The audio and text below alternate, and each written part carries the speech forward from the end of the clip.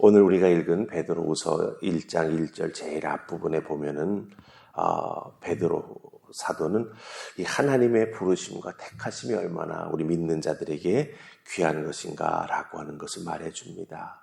이 편지를 받고 읽을 자들을 어떤 사람이라고 말하고 있습니까? 우리 하나님과 구주 예수 그리스도의 의를 힘입어 동일하게 보배로운 믿음을 우리와 함께 받은 자들에게 편지한다. 이렇게 말하고 있습니다. 예수 그리스도를 믿어 구원받은 자들이 이렇게 귀한 자들이라고 하는 거죠. 베드로 예수님을 통해서 직접 부르심을 받고 제자가 되어 주님과 함께 3년 동안 동고동락하고 믿음의 많은 경랑을 겪어 하나님 앞에 새롭게 태어나 쓰임받고 있는 나 베드로와 똑같이 여러분들도 예수 그리스도를 믿게 될 때 보배로운 믿음의 소유자로 인정받고 있다라고 하는 것을 이 1절에서 베드로 사도는 믿는 자들에게 알려주고 있다라고 하는 거죠. 이렇게 귀한 믿음의 소유자, 이렇게 귀한 예수 그리스도의 십자가 보혈을 통해서 값주고 새롭게 부르심과 택하심을 입은 너희들, 내가 편지하니 그 편지에 써있는 내용 하나하나 잘 살피며 신앙생활에 나아가는 믿음의 사람이 되어야 한다라고 하는 것입니다. 특별히 고난받는 시기입니다. 핍박받는 시기입니다. 너의 생명을 구할 것인가 예수를 선택할 것인가를 강요받던 시기입니다. 그 시기 속에서 어떻게 해야 자기의 믿음을 지키며 또한 하나님께 영광 돌리는 삶을 살아갈 수 있을까? 그것을 베드로는 오늘 말씀을 통해서 알려주고 있고 그 베드로의 말씀이 오늘을 살아가는 우리들에게도 참 큰 도움이 된다라고 하는 것입니다. 자, 그렇다고 한다면 오늘 주신 말씀을 통해서 우리가 두 가지 말씀을 한번 꼭 살펴보십시다. 우리 첫 번째 말씀은요, 5절로 7절 말씀입니다. 5절부터 시작해서 7절 말씀, 우리 찾아서 5절부터 시작해서 7절까지 같이 한번 읽어 내려가십시다. 다 찾으셨죠? 자, 우리 5절부터 읽습니다. 시작. 그러므로 너희가 더욱 힘써 너희 믿음의 덕을, 덕의 지식을, 지식의 절제를, 절제의 인내를, 인내의 경건을, 경건의 형제 우애를, 형제 우애의 사랑을 더하라. 아멘. 자, 5절부터 7절 말씀 보면은 마치 성령의 9가지 열매처럼 베드로 사도가 우리들의 믿음 생활 속에서 선한 열매를 맺는 이 열매 맺는 믿음의 생활을 꼭 해야 나간다라고 하는 의미에서 쭉 믿음의 덕목들을 이야기해 주는 것을 우리가 보게 됩니다. 그런데 이 표현 속에서 우리가 먼저 놓치지 말아야 될 게 있습니다. 안에 있는 내용 참 좋은 내용입니다. 그렇죠? 믿음의 덕을 더해야 되고 그 덕 위에 지식을 쌓아가야 되고 지식에 절제를 더해 나아가야 되고 절제하는 자는 인내할 줄 알아야 된다. 인내하는 자는 거기서 끝나서는 안 되고 믿음 생활의 경건한 모습이 꼭 필요하게 되고 그 경건한 모습을 믿음의 공동체 안에서 형제 자매에게 나눌 줄 아는 자가 되어야 된다. 그리고 그 모든 것의 완성은 어디에 기초를 두고 예수 그리스도의 사랑의 기초를 두고 행해 나아가는 자가 되어야 한다라고 하는 거예요. 근데 여러분들 우리가 이 5절부터 시작해서 7절 말씀 사이에 놓치지 말아야 될 게 있습니다. 그게 뭐냐면 너희가 더욱 힘써라고 하는 이 표현. 여기 여러분들 다 표시를 해두시고 그 다음에 7절 맨 마지막 부분 더하라라고 하는 것. 빼기가 아니고 더하라고 하는 겁니다. 너희가 더욱 힘써 여기에 나오는 믿음의 덕목들 하나를 더해 나아가야 된다라고 하는 거예요. 더하기 쉽지라고 생각할 수 있습니다. 그런데 여기에 나오는 여러 가지 내용들을 잘 보시기 바랍니다. 우리가 5절부터 쭉 읽어 내려갔지만 믿음에는 뭘 더해야 된다고 말하고 있습니까? 덕을 더해야 되고 덕에는 지식을, 절제를, 인내를, 경건을, 형제우애를, 사랑을. 여기 단어 하나하나가 사실은 쉽지 않은 내용을 담고 있다라고 하는 것입니다. 근데 중요한 것은 무엇입니까? 이 모든 것을 위해서 우리가 훈련하고 그 위에 하나하나 믿음의 덕목들을 쌓아 나아가는 이것이 꼭 필요한데 여러분 잘 아시죠? 이런 믿음의 덕목들을 하나하나 더해 나아가면서 내 자신의 성품, 내 믿음의 삶의 캐릭터가 변화되어 나아가는 것은 하루아침에 이루어지지 않는다라고 하는 거예요. 우리가 예수 그리스도의 사랑처럼 남을 위해서 얼마나 희생하는 사랑을 잘 할 수 있습니까? 쉽지 않지요. 부부 사이에도 사실은 내가 왜 당신만을 위해서 늘 희생해야 되느냐라는 생각을 우리가 하게 되기도 한다라고 하는 거죠. 하지만 주님은 그렇게 하지 않으셨습니다. 생명을 내어주시면서 우리를 사랑해 주셨죠.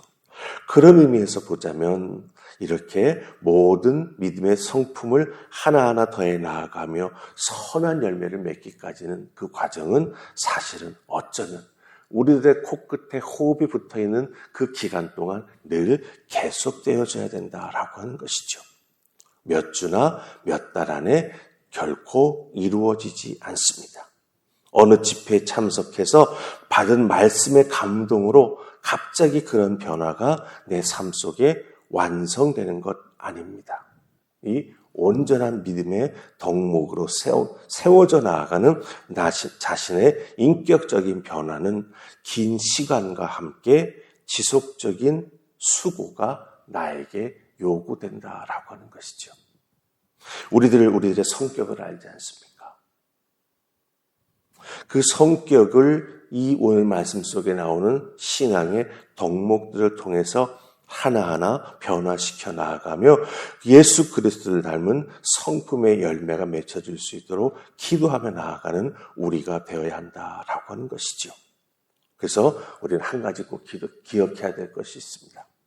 이 성품의 변화되는 과정 중에 내가 있음을 깨달아 알고 이 과정 한 단계 한 단계 밟아 올라나가는 과정 중에 절대로 조급하거나 열매 맺어지지 않는다고 낙망하며 포기하지 말아야 된다라고 하는 것입니다. 예수 그리스도를 닮아가는 성화의 과정 속에서 우리가 경계해야 될 것은 바로 이 조급함과 이루어지지 않는다고 포기하는 마음, 이것을 경계하며 나아가는 우리가 되어야 한다라고 하는 것이죠.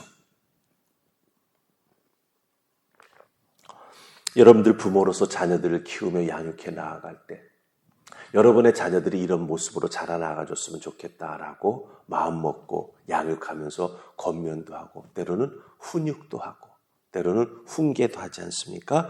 그런데 한두 번 해서 안 된다고 부모인 여러분들이 여러분의 자녀를 포기하십니까? 그렇지 않지요. 계속해 나아갑니다. 우리를 바라보시는 주님의 마음도 그렇습니다.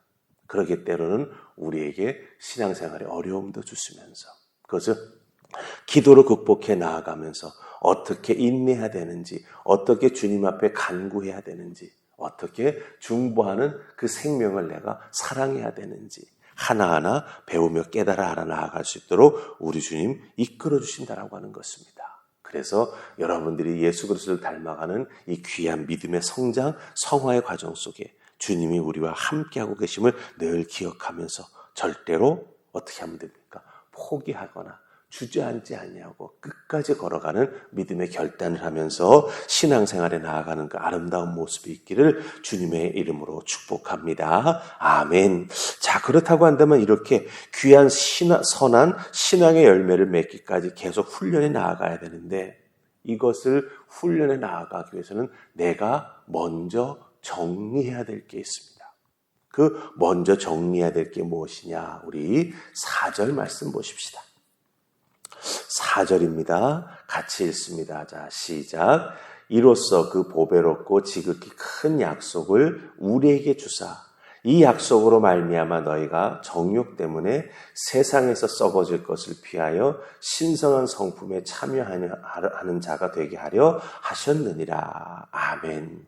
자, 여기서 보면 딱 우리가 피해야 될 것, 우리가 청산해야 될 것이 무엇인가라고 하는 걸 발견하게 되죠. 무엇입니까? 바로 정욕을 따라 살아가는 삶을 우리가 피해야 되고 청산해야 된다라고 하는 것입니다. 이 정욕을 따라 살아나가는 삶이 무엇입니까? 이 정욕을 따라 나가는 삶이라고 하는 건 지극히 자기 욕심을 채우려고 살아가는 삶을 의미합니다. 때로는 예수 그리스도의 이름으로 자기의 욕심을 채우려고 하는 우리들의 잘못된 습관들도 있습니다. 내 생각은 주님을 위한 것인데 가만히 그 생각을 들춰보면 그 생각 속에는 나의 욕심, 나의 욕망이 자리 잡고 있을 때도 있다고 하는 거죠. 그렇기 때문에 예수 그리스도의 이름이 앞서 있다고 해서 그 모든 것이 진정한 주님을 위한 것이 아닐 수도 있다라고 하는 그런 자기 성찰, 자기를 먼저 들여다보는 우리가 되어야 된다라고 하는 거예요. 이거 주님을 위해서 하는 일이야 라고 하는 것 같은데 가만 살펴보면 자기의 이름을 내려고 자기의 어떤 모습을 드러내서 사람들에게 과시하려고 그런 모습들을 행해 나아가는 우리가 있다라고 하는 거죠. 그런 모습이 우리 속에 있다라고 하는 거죠. 그것을 먼저 우리가 깨달아 알고 그래 요것만은 내가 꼭 피해야 된다라고 하는 그런 마음을 가지고 한 걸음 한 걸음 살아나가야 정욕을 따라 살아나가는 우리가 되지 않게 된다라고 하는 것입니다. 특별히 이 정욕이라고 하는 말은 육체적인 정욕을 의미할 때가 참 많이 있습니다. 이 말씀을 왜 여러분에게 제가 드리냐 하면 우리가 살고 있는 이 세상은요. 정말 많은 성적 욕구를 발산하도록 만들고 있습니다. 그것을 자극합니다. 성적 욕구를 자제하고 절제하는 것을 미덕으로 여기지 않습니다. 요즘은 결혼 선물이라는 것들이 여러 가지가 있죠. 거기에는 혼전 인심도 선물이라고 생각하는 젊은이들이 많이 있어요. 굉장히 조심스러운 부분입니다. 이런 것 우리가 단호히 거부하고 때로는 유혹을 절제할 줄 아는 우리들의 모습이 꼭 필요하다고 하는 거죠. 그렇기 때문에 성경 속에 나오는 우리 두 명의 인물을 한번 잘 살펴볼 필요가 있습니다. 요셉, 보디발의 아내가 유혹하지 않았습니까? 다윗, 우리아의 아내 밧세바를 바라다 보지 않았습니까? 어떻게 됐죠? 그 두 사람의 결과가 요셉은 보디발의 아내의 유혹을 뿌리쳤습니다. 인간적인 욕망을 따라 나가기보다는 정욕을 따라 나아가기보다는 하나님의 사람다운 거룩함을 선택했지요. 다윗은 어땠습니까? 우리아의 아내 밧세바가 목욕하는 모습을 보면서 정욕에 사로잡혀 그 밧세바를 범했을 뿐만 아니라 자기의 그 정욕으로 인해서 빚어진 죄를 숨기기 위해서 결국은 어떻게 합니까? 남편 우리아를 죽게 만들었다라고 하는 거죠. 우리는 이 요셉과 다윗 두 인물의 선택이 나온 결과를 알고 있습니다. 그렇기 때문에 우리들의 삶을 살아나가면서 이 정욕을 따라 나아가는 삶을 잘 절제하고 청산해야만 우리가 조금 전에 보았던 그 신앙생활의 선한 열매, 성화의 삶을 통해서 주님을 닮아 나아가는 그런 귀한 열매들이 우리들의 삶 속에서 바르게 맺히고 또한 그 열매들이 바르게 쓰여지는 결과를 우리가 누리게 된다라고 하는 것입니다. 사람마다 정욕에 해당되는 여러 가지 부족함과 연약함이 있습니다. 어떤 사람에게는 물질에 대한 정욕이 있습니다. 어떤 사람에게는 명예에 대한 정욕이 있습니다. 이런 모든 것들이 우리들의 삶을 또 신앙생활 속에서 표출될 때가 있다고 하는 거죠. 그럴 때마다 그것을 주님을 바라보면서 주님께서 나를 위해서 십자가의 길을 어떻게 걸어가셨는데 그리고 내 믿음의 선배들이 그와 같은 정욕을 이겨나가며 하나님 앞에 신실한 성화의 삶을 잘 견디며 열매 맺는 믿음의 사람들이 되기 위해 어떤 거룩한 삶을 추구했는데 내가 그것 중에서 무엇을 어떻게 선택해야 될까라고 하는 걸 잘 알고 있습니다. 성령님의 도우심을 구하면서 정말 우리 하나님이 기뻐하시는 그 부르심과 택하심에 합당한 믿음의 열매를 맺으면서 하나님께 영광 돌리는 거룩한 성도로 성장해 나아가는 여러분들 다 되실 수 있기를 주님의 이름으로 축복합니다. 아멘. 우리 기도하십시다. 좋으신 하나님 은혜 감사합니다. 오늘 주신 베드로 사도의 말씀을 통해서 우리 하나님의 부르심과 택하심, 그것이 우리에게 얼마나 큰 은혜요 축복인지 다시 한번 확인합니다. 이 축복과 은혜를 우리가 지켜나가기 위해 내가 어떤 성화의 삶을 살아가야 하는지, 그 열매를 맺기 위해 내가 어떤 것은 청산하고 어떤 것은 잘라내고 어떤 것은 도려내고 어떤 것은 더욱더 열심히 물주어 성장시켜 나아가야 할지 이 새벽 말씀을 통해서 깨닫게 해주시니 감사합니다. 깨달은 바를 꼭 실천해 나아가는 저희가 되게 해주셔서 주님께서 착하고 충성된 종이라 인정해 주시는 주님의 모습을 닮아 나아가는 이 땅에서 성화의 삶을 잘 살아나가는 주의 자녀 될 수 있도록 축복하여 주시옵소서. 감사하옵고 예수님 이름으로 기도하옵나이다. 아멘.